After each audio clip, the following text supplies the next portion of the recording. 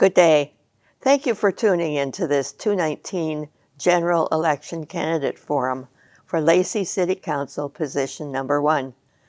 The forum is presented by the League of Women Voters of Thurston County and Thurston Community Media. The League is a nonprofit organization that encourages the informed and active participation of citizens in their government. The League neither supports nor opposes candidates or parties. We are nonpartisan. The League registers new voters, works to get out the vote, studies issues, and advocates for its positions with governing bodies.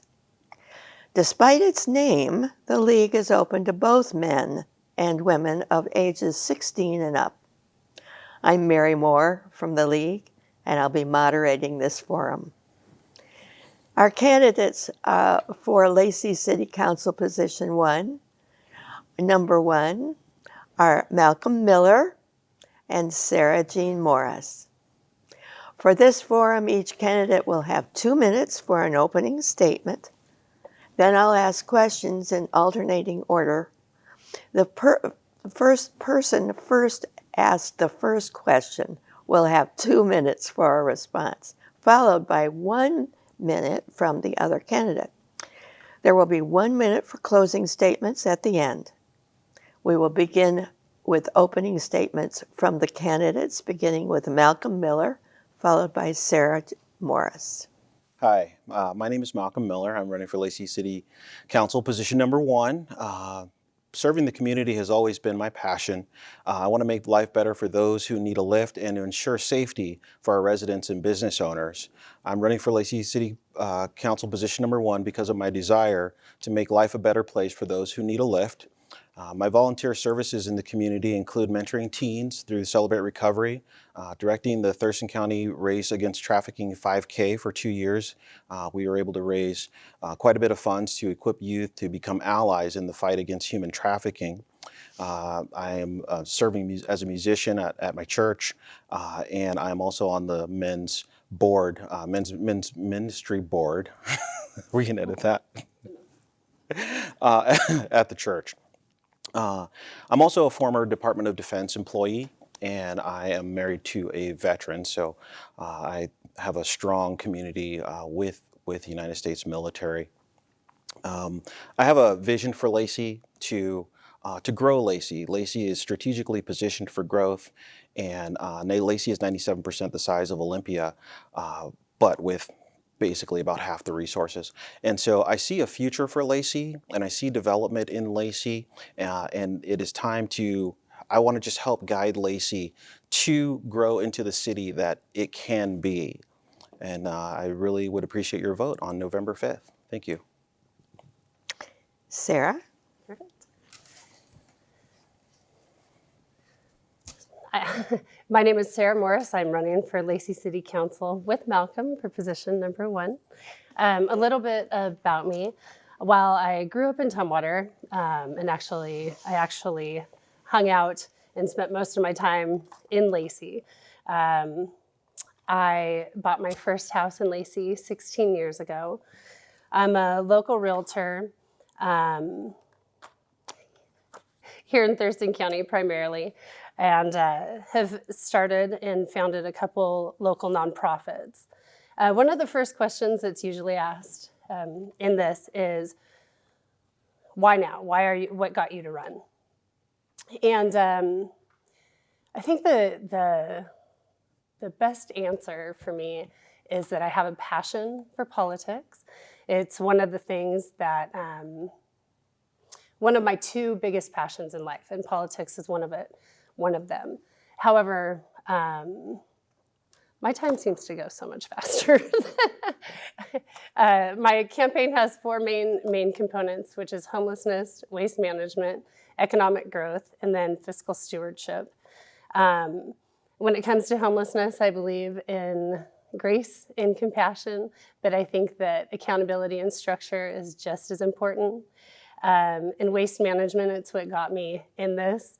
And I think that we need to concentrate on education and changing habits. economic growth, as Malcolm said, we operate with 60% of the sales tax revenue that Olympia has, yet we are almost matched in population. Fiscal stewardship, being a good steward with the taxpayers' dollar is very important to me. So I hope on November 5th I can earn your vote. Thank you, both of you. So let's start with our questions. We'll start with you, Malcolm. You have 2 minutes to answer, and Sarah has 1 minute, and then we'll switch places and go back to the next question. So here's question number 1. As part of the Thurston Climate Mitigation Plan, along with Tumwater, Olympia, and the county, Lacey is working with the Thurston Regional Planning Council to address climate change issues. What action items do you support, and how do you propose to further those efforts? Well, the climate mitigation plan it's a 100-year plan, and the sea level rise and the landslides are things that I actively support. We haven't seen sea level rise at a level that requires action today. We haven't really seen a whole lot of landslide that requires us to do a whole lot today other than reinforcement. I did see some things that have happened in the Bay Area leading down to Nisqually, where some of the water has gotten contaminated because of some of the things that we've been doing. I think we need to move on that now.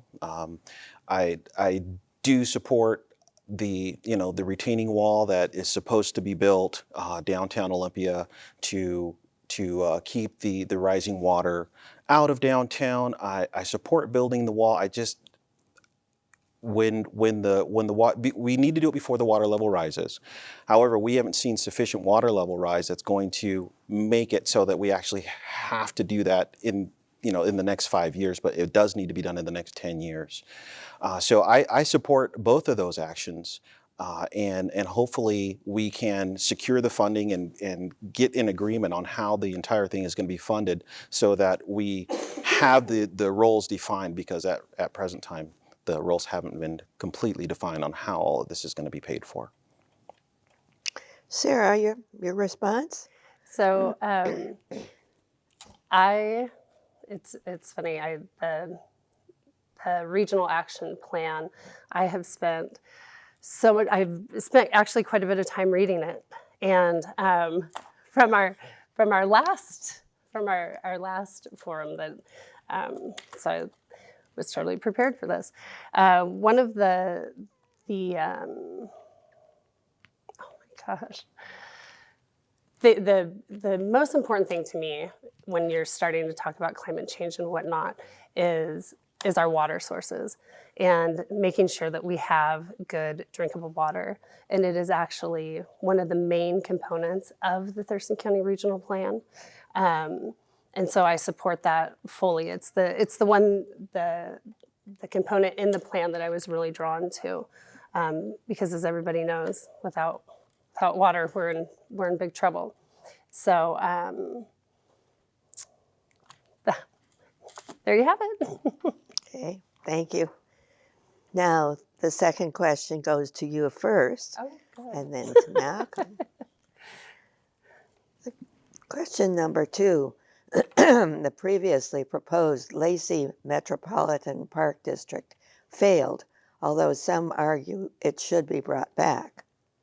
What is your perspective on the challenges with parks and the formation of a park district?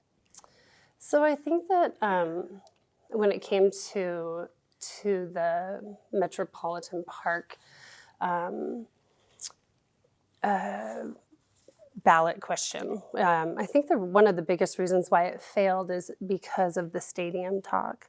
I think that actually a little bit of attention that should have been more on what we're going to do. We have 1,200 acres of park land in Lacey, and I think that should have been more of the focus as far as creating something that's going to manage and grow and maintain and keep our parks up and running. And so, and then because of the talk of the stadium, I think that because of there wasn't enough community engagement in it, and there wasn't enough information out there. And like, one of the things we're battling right now is talking points, media talking points, and somebody will get a talking point and they grab that and they run with it. And then you take the whole overall and it shrinks down into this one thing. And I think that that's what happened with the park district, is the stadium really took over and people just didn't have enough education and information on it. And it didn't fail by a lot. I mean, I know on a percentage wise, but I would love to see it come back. I would love to see at some point for us to clean it up and send it back to the voters. Malcolm. I don't think the people wanted another tax to pay for the parks, and I completely understand that. I honestly believe that, you know, when the time is come and the time is ready, and we have the revenue to do such a thing, then we won't have to tax the people for the park. They turned it down, but they said, you know what, give us more buses, and that won. And so if you have a choice and you say, you know, I don't want to pay another tax so that I can have a park to go to, I'd rather have transportation, then I say they have spoken. And once, if we can put it back together and make it palatable to the people, I suggest we do it after we get some new business revenue in the city, and so that we can all pay a share, as opposed to putting it on the shoulders of the people who are already feeling like, hey, I'm paying enough taxes already. Okay. It can happen in the future. It's just not the time right now. Okay. Thank you. Yeah. Shall we move on to question number 3? Malcolm, you're up. At bat. So number 3 is, what do you propose to address the issue of homelessness in Lacey? How might you engage homeless individuals to participate in developing solutions? Well, I was at a city council meeting. Sarah and I were both there, and the proposed solution is an encampment that would be on Carpenter and Martin, and there's going to be making something of a tent city, and that is the current proposal. There wouldn't be any food vendors there, so the people would have to go and get food. There is one person who showed up. She said that she had made mobile showers, mobile washer and dryer things. I think all of those are really good ideas. It's just that they don't really attack the real problem, which is, why are these people homeless? And so unless we design some type of triage and programs to get out of homelessness, we're just putting a Band-Aid on the problem, which is unfortunate, because most people who are homeless don't want to be homeless. And I know that I've heard, you know, those people are on drugs and so on and so forth.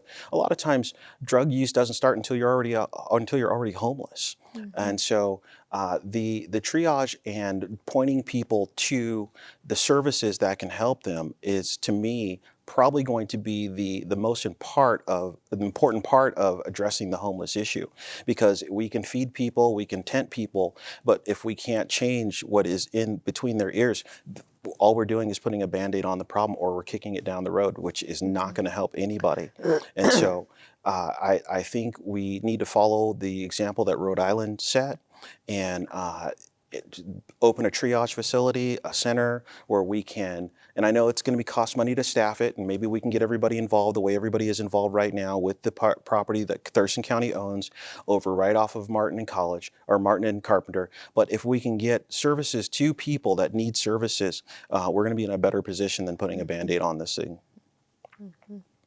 What do you think, Sarah? I think a minute is not long enough. This is a subject that's very near and dear to my heart. And one of the things, I think that everybody would agree that we have 2 main components, and obviously there's other things, but 2 main components, which is going to be affordable housing and then addiction and the opioid crisis. And so I think that it's really imperative that we figure out where people fall. And if it's a matter of affordable housing and them needing a leg up in that, that's one thing. But when it comes to our opioid crisis, Thurston County has 15 detox beds. That's it for the whole county. And the process is broken. If somebody decides they want help, it is a process that no addict in active addiction could ever get through. And so I think it's imperative that we start at that baseline, providing, changing the process of what getting help for addiction looks like. Thank you, both of you. Okay, we're on to the last question. Oh my gosh, already? Already. And you're the one that gets it first, Sarah. Yay. So, how do you propose to address issues surrounding Lacey streets, including overcrowding, unsafe conditions, and need for widening? That is, it's interesting to hear that I've knocked a lot of doors and I haven't heard that I haven't heard. I mean, obviously right now we're in the midst of construction and Lacey's taking the brunt of it. We have the Marvin Road. I don't want to call it a nightmare, but what it is, I mean, it's, oh my gosh, I know I avoid the area. And then we have the big change happening on College, which I think that I don't know if you've been down College lately, you'll know. I mean, it is the beautification that is happening. I may have just made that word up. But the wider sidewalks, the bike lanes. So I think that we're in the process of fixing that. To be honest with you, I travel the streets of Lacey all the time, and for me, it hasn't been an issue. And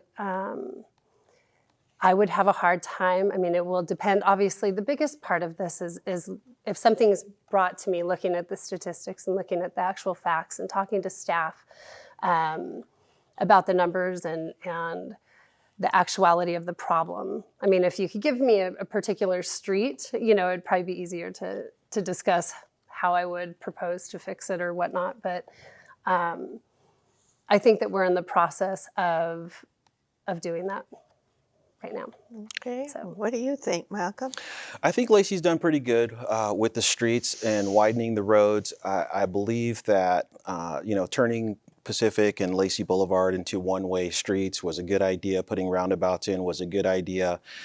There's fewer, fatalities with roundabouts than there are with traffic signals themselves. I know that out going towards all these new warehouses, those are still single lane, which is unfortunate because those roads were not built for trucks, and those need to be widened right away. Those trucks can barely make it through the roundabouts, and I want to make sure that those roads get widened. I've talked to the residents at Jubilee. And I believe that they are right in saying, hey, this is a hazard to even drive home because we're on this road with these trucks that are not designed for these roads. Lacey, whenever a city begins to grow, then it has to address these issues. It has to address the issues of, do we have wide enough streets? Are we able to really hold the traffic of the people that are here? And Lacey has gone to address these issues and will continue to address these issues as the city grows. I really think that the Traffic Commission does a great job. I think they know their business. I've talked in my door knocking. I've run into some Department of Transportation people and asked them why things have been taking so long, or in some areas, not in Lacey, but I think that the city is doing a good job of mitigating the traffic. They were supposed to take Yelm Highway to cut it down to 35. They left it at 40. I was glad to see that. I like the roundabouts. I like the one-way streets. It's just kind of a matter of, are we going to do what it takes as the city grows to continue dealing with the traffic problem? 15th still has a lot of power lines that need to get buried. There's a lot going on, and when a city grows, these are the things that you have to be there to manage, and that's why I want to do this position. Thank you both. Yeah, 15th and Hawkesbury, I totally forgot about that. I'd like to change my answer. Now, Dang it, next time you should go first, and then I can piggyback off your answers. Now, each one of you has 1 minute for your closing statement. So, who wants to go first? Oh, I'll go and just get it over with. Go ahead. Oh, thank you guys for having us. Just as a little disclaimer, this is not where I shine.